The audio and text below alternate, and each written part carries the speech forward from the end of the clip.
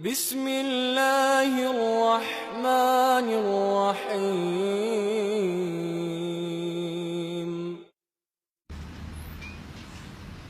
Saya semalam menerima kiriman SMS. Seorang ibu meninggal dunia. Biasa kalau kita mendengar berita ada orang meninggal dunia, karena kita semua akan menghadapi kematian. Tapi yang luar biasa, peristiwa yang terjadi saat dimakamkan.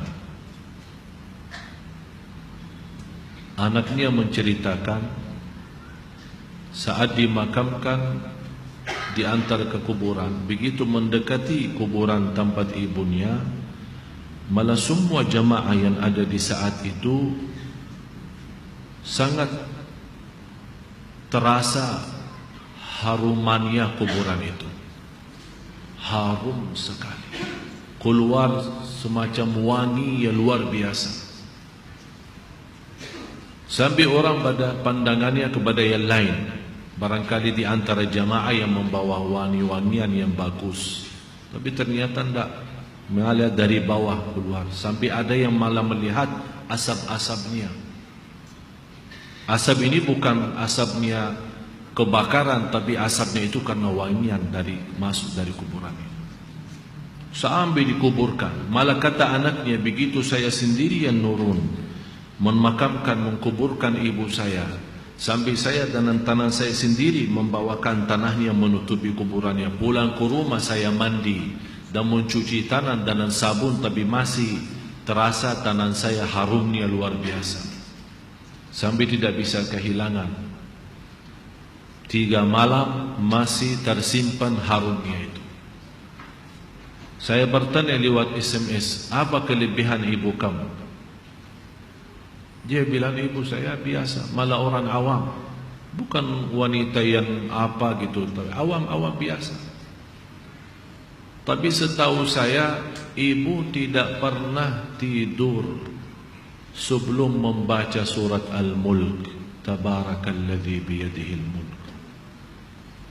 Saya langsung menjawab, itulah yang Allah hantarkan kepada ibu kamu. Dan inilah berita gembira bagi kita semua, sesuai janjian Rasulullah sallallahu alaihi wasallam. 30 ayat syafa'at li sahibiha min azabil qabr.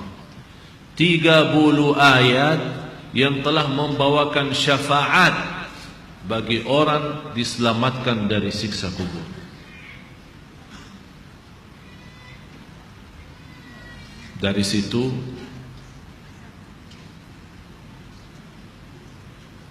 seperti kebiasaan, ambil wudu, saya witir duluan, kemudian tidur.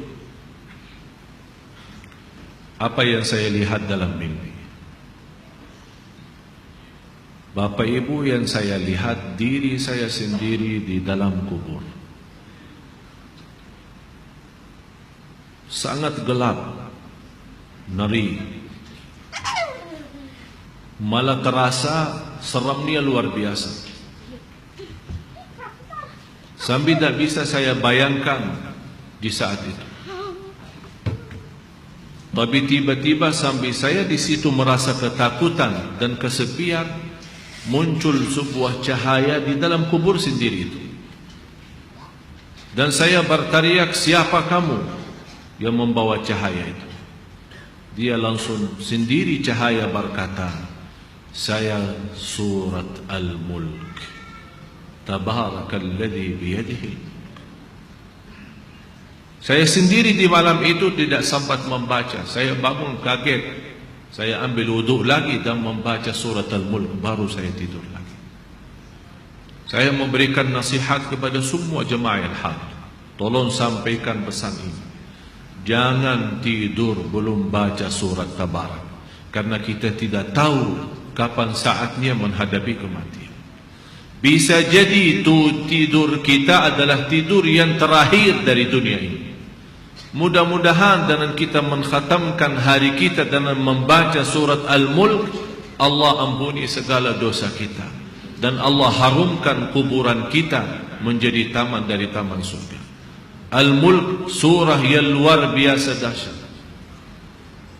Saya mohon, biarpun ibu-ibu sedang halangan tidak salat, tetap mau tidur, ambil air wudu dan baca surat Al-Mulk. Baca surat Al-Mulk. Siapapun kiainya, siapapun ustaznya, siapapun dokter yang melarang kita sebagai wanita membaca karena lagi halangan, saya sekarang berkata, ibu-ibu sedang halangan, baca surat Al-Mulk. Karena saat kematian tidak akan bisa membedakan kita lagi suci atau lagi halangan, mati-mati.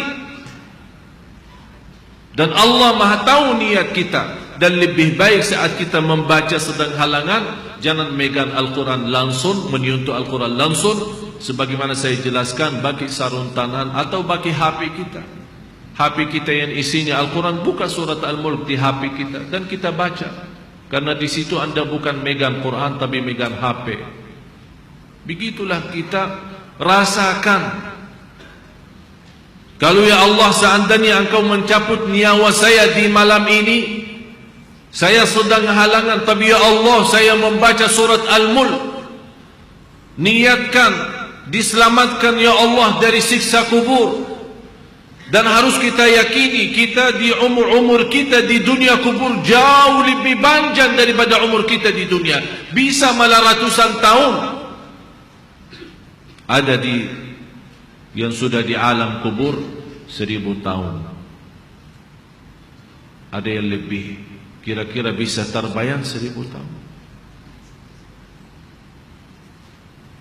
Apalagi ummah yang terdahulu.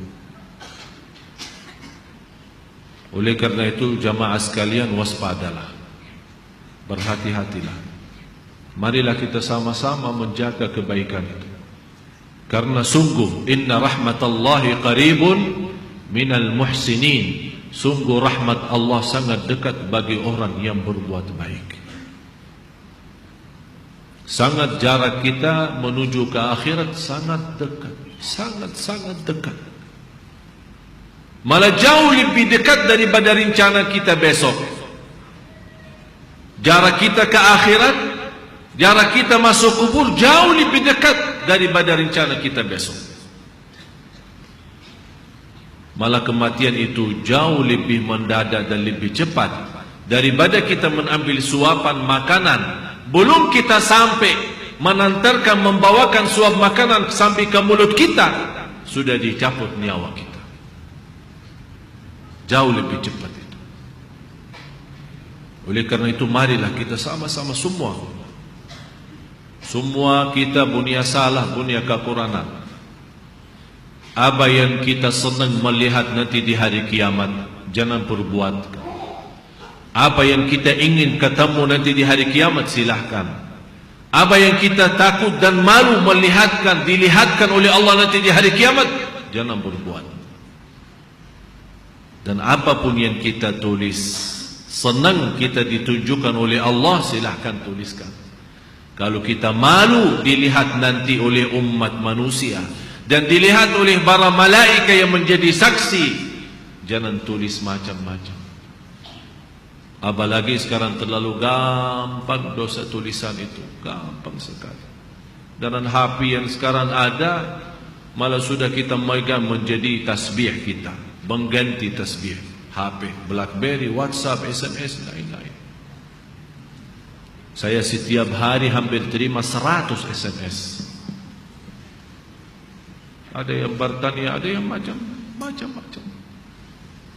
Dan hanya saya yang balas, ya Allah, doakan jangan menjadi titik tulisannya SMS ini menjadi beban nanti di hari kiamat. Ya Allah, ampunilah mereka semua. Itu yang saya doakan. Walaupun saya tidak balas berdoa, tapi Allah yang Maha tahu apa yang saya doakan untuk orang yang kirim SMS atau WhatsApp atau apa saja. Oleh karena itu jamaah sekalian, hati-hati Bukan masalah sama saya, tapi masalah kita sama Allah. Selalu saya menyampaikan dan mengingatkan kembali, jangan lagi berkata saya tidak enak sama ustaz, saya tidak enak sama keluarga, saya tidak enak sama jamaah. Rubahkan kata itu, berkatalah saya tidak enak sama Allah, saya tidak enak sama Rasulullah sallallahu alaihi wasallam. Kalau memang kita ingin diselamatkan oleh Allah di akhirat, bagi saya dunia ini biar kita susah sepanjang hidup kita sampai mati susah, masih jauh lebih ringan susah dunia daripada nanti susah di akhirat. Harus menjadi tujuan kita akhirat, bukan dunia. Akan Allah datangkan dunia dan akhirat. Ya ayyuhalladzina amanu taqullaha wal tanzur nafsun ma qaddamat li ghad wattaqullaha innallaha khabirun bima ta'malun. Orang beriman, bertakwalah kepada Allah dan lihat masing-masing apa yang kita bawa nanti untuk hari esok, hari kiamat. Bertakwalah kepada Allah dan jangan-jangan wala takunu kalladzina nasullah, jangan-jangan menjadi orang yang melupakan Allah, akan Allah lupakan kita. Kalau Allah lupa sama kita, na'udzubillah, berantakan, hancur, dunia akhirat hancur kalau Allah lupa sama kita. Maksudnya lupa Allah sama kita, artinya Allah tidak mau urus kita lagi, tidak mau bantu kita lagi, tidak menolong kita lagi, tidak mau perhatian kita lagi. Na'udzubillah. Kalau Allah tidak mau perhatikan kita, siapa lagi yang mau perhatikan kita? Kita semua tidak punya Allah yang maha adil selain Allah, tidak punya Tuhan yang maha kasih sayang selain Allah, tidak punya Tuhan yang maha mengampun selain Allah. Biarpun dosa kita sepenuh bumi, tapi kita datang kepada Allah dengan ikhlas dan yakin diampuni dosa kita, dan kita berbuat kebaikan semampu kita, akan Allah ampuni dosa kita semua, biarpun dosa itu sepenuh bumi. Begitulah indahnya kasih sayangnya Allah. Mudah-mudahan semua yang hadir Allah bukakan hatinya, diberikan petunjuk kepada jalan yang benar, disucikan lahir batin, dikuatkan lahir batin agar senantiasa setiap hari meningkat iman, meningkatkan takwa, menjadi orang yang berilmu dan beramal saleh, agar senantiasa setiap saat, setiap waktu kita mendapatkan karunia rahmat Allah, karena sungguh rahmat Allah sangat dekat bagi orang-orang yang berbuat baik. Al-Fatihah.